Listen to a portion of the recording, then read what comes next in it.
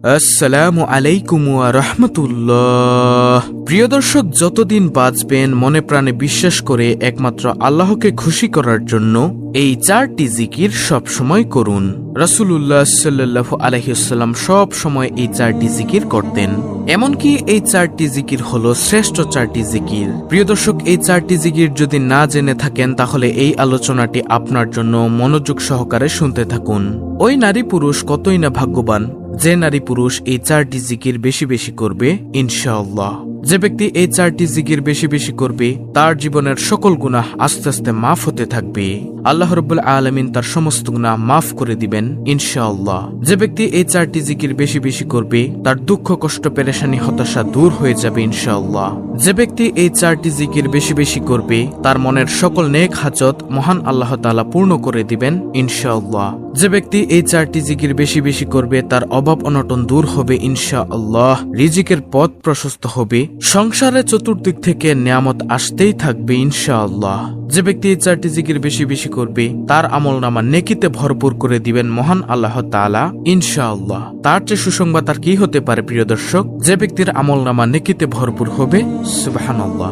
সুপ্রিয় দর্শক, সর্বোপরি কথা হলো জীবনের সকল সমস্যার সমাধান আল্লাহ তাআলা করে দিবেন ইনশাআল্লাহ। প্রিয় দর্শক, আজকের এই ভিডিওটি অনেক অনেক গুরুত্বপূর্ণ, তাই ধৈর্য সহকারে মনোযোগ দিয়ে দেখার ও শোনার জন্য অনুরোধ রইল।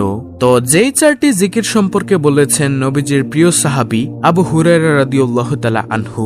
নবীজির প্রিয় সাহাবী বলেন সর্বপ্রথম নম্বর জিকিরটি হলো সুবহানাল্লাহ।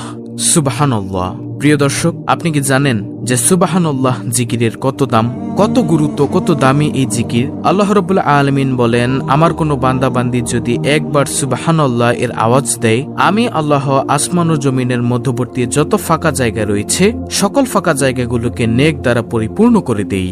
সুবহানাল্লাহ। প্রিয় দর্শক, আপনি যদি চেয়ে থাকেন যে আপনার আমলনামায় এত পরিমাণে নেক দ্বারা পরিপূর্ণ হোক, তাহলে ইনশাআল্লাহ আজকের পর থেকে আপনি অবশ্যই সুবহানাল্লাহ এই জিকিরটি বেশি বেশি পাঠ করবেন ইনশাআল্লাহ। সুবহানাল্লাহ এই জিকিরের দ্বিতীয় ফজিলত হলো, কেউ যদি একবার সুবহানাল্লাহ পাঠ করে রব্বুল আলামিন জান্নাতের মধ্যে একটি গাছ রোপণ করেন, আর ওই গাছের ছায়া এত লম্বা হয় যে একটি দ্রুতগামী ঘোড়া যদি 500 বছর পর্যন্ত দৌড়ায় তাহলেও ওই গাছের ছায়া অতিক্রম করতে পারবে না।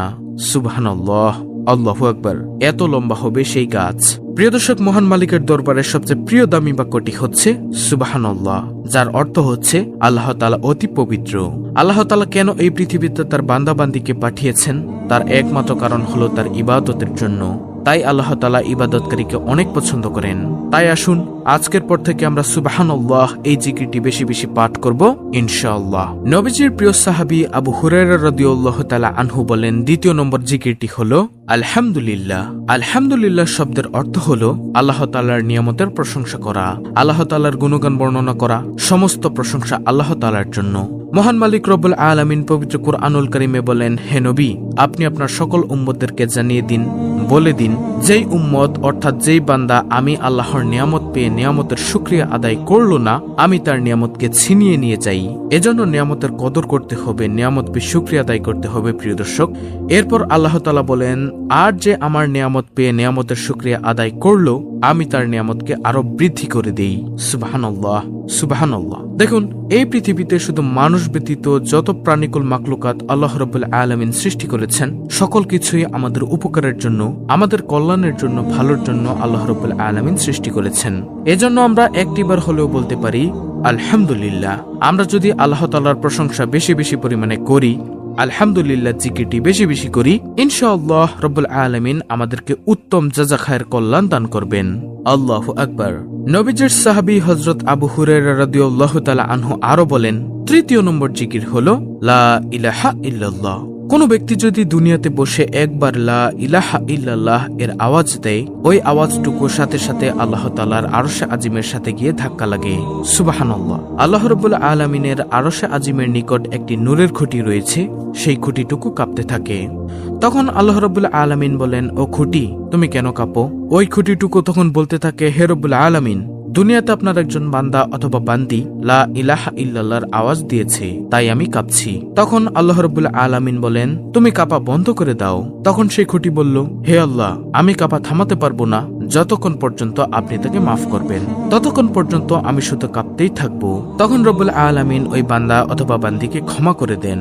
সুবহানাল্লাহ। প্রিয় দর্শক, লা ইলাহা ইল্লাল্লাহ জিকিরের গুরুত্বপূর্ণ কয়েকটি ফজিলতের হাদিস আপনাদের সামনে তুলে ধরছি, মনোযোগ দিয়ে শুনুন। হযরত জাবির ইবনে আব্দুল্লাহ হতে বর্ণিত, রাসূল সাল্লাল্লাহু আলাইহি ওয়াসাল্লাম বলেছেন, সর্বোত্তম জিকির হচ্ছে লা ইলাহা ইল্লাল্লাহ এবং সর্বোত্তম দোয়া হলো আলহামদুলিল্লাহ। তিরমিজি শরীফের হাদিস। তারপরে হযরত মুয়াজ রাদিয়াল্লাহু তাআলা আনহু থেকে বর্ণিত, রাসূলুল্লাহ সাল্লাল্লাহু আলাইহি ওয়াসাল্লাম বলেছেন, যে ব্যক্তি খালেস অন্তরে একনিষ্ঠতার সঙ্গে লা ইলাহা ইল্লাল্লাহ বলবে, সে জান্নাতে প্রবেশ করবে। মুসনাদ আহমদ শরীফের হাদিস। তারপরে হযরত ইতবান বিন মালিক রাদিয়াল্লাহু তাআলা আনহু থেকে বর্ণিত, রাসূলুল্লাহ সাল্লাল্লাহু আলাইহি ওয়াসাল্লাম বলেছেন, যে ব্যক্তি একমাত্র আল্লাহ রাব্বুল আলামিনকে সন্তুষ্ট করার জন্য লা ইলাহা ইল্লাল্লাহ বলবে, কিয়ামতের দিন সে এমন ভাবে উপস্থিত হবে যে তার উপর জাহান্নাম হারাম হয়ে গিয়েছে, সে হাসতে হাসতে জান্নাতে চলে যাবে। সুবহানাল্লাহ। বুখারী, মুসলিম, মুসনাদ আহমদ শরীফের হাদিস।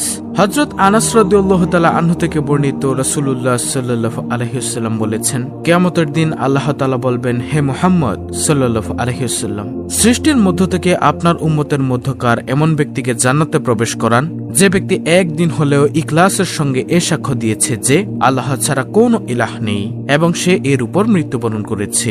এই হাদিসটি রয়েছে মুসনাদ আহমদ শরীফে। অর্থাৎ যে ব্যক্তি সব সময় লা ইলাহা ইল্লাল্লাহ জিকির করবে, আল্লাহ তাআলা তাকে ঈমানের সঙ্গে মৃত্যু নসিব করবেন।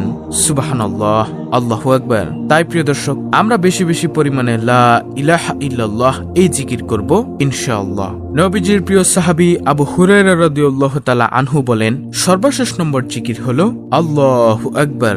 আল্লাহু আকবার শব্দের অর্থ হলো আল্লাহ মহান, আল্লাহ সর্বশক্তিমান, আল্লাহই সবচেয়ে বড়, তার চেয়ে বড় তো আর কারও নেই। প্রিয় দর্শক, যে ব্যক্তি আল্লাহ তাআলাকে সবচেয়ে বড় মানে, বড় হিসেবে আখ্যায়িত করে, রব্বুল আলামিন তাকে দুনিয়ার বাদশাহী দান করবেন ইনশাআল্লাহ। ইনশাআল্লাহ আমরা এই জিকিরগুলো করব মানুষকে দেখানোর জন্য নয়, আল্লাহ তাআলাকে সন্তুষ্ট করার জন্য। তাহলে এই জিকিরগুলো আমাদের কাজে লাগবে আখিরাতে এবং দুনিয়াতেও। এই 4টি জিকিরের যে কি ফজিলত তা বলে শেষ করা যাবে না। এই জিকিরগুলো কিয়ামতের দিন নেকির পাল্লাকে অনেক ভারী করে দিবে ইনশাআল্লাহ। তাই প্রিয় দর্শক, আমরা সকলেই উঠতে বসতে চলতে রাস্তাঘাটে চলতে সব সময় ইনশাআল্লাহ এই 4টি জিকির পাঠ করব। তো প্রিয় দর্শক, এই ছিল আমাদের আজকের ভিডিও, অত্যন্ত গুরুত্বপূর্ণ একটি ভিডিও। ভিডিওটি ভালো লাগলে অবশ্যই চ্যানেলটিকে সাবস্ক্রাইব করে পাশে থাকা বেল বাটন অল বাজিয়ে দিবেন। ভিডিওটিতে একটি লাইক দিবেন এবং কমেন্টে আমিন লিখবেন, সুবহানাল্লাহ লিখবেন, আলহামদুলিল্লাহ লিখবেন এবং অন্য মুসলিম ভাই বোনদের কাছে ভিডিওটি শেয়ার করে দিবেন যেন তারাও দেখে শিখে এই আমলটি করতে পারে। আল্লাহ রাব্বুল আলামিন আমাদের সকলকে শ্রেষ্ঠ 4টি জিকির প্রতিনিয়ত জবানে জারি রাখার তৌফিক দান করুন। আমিন।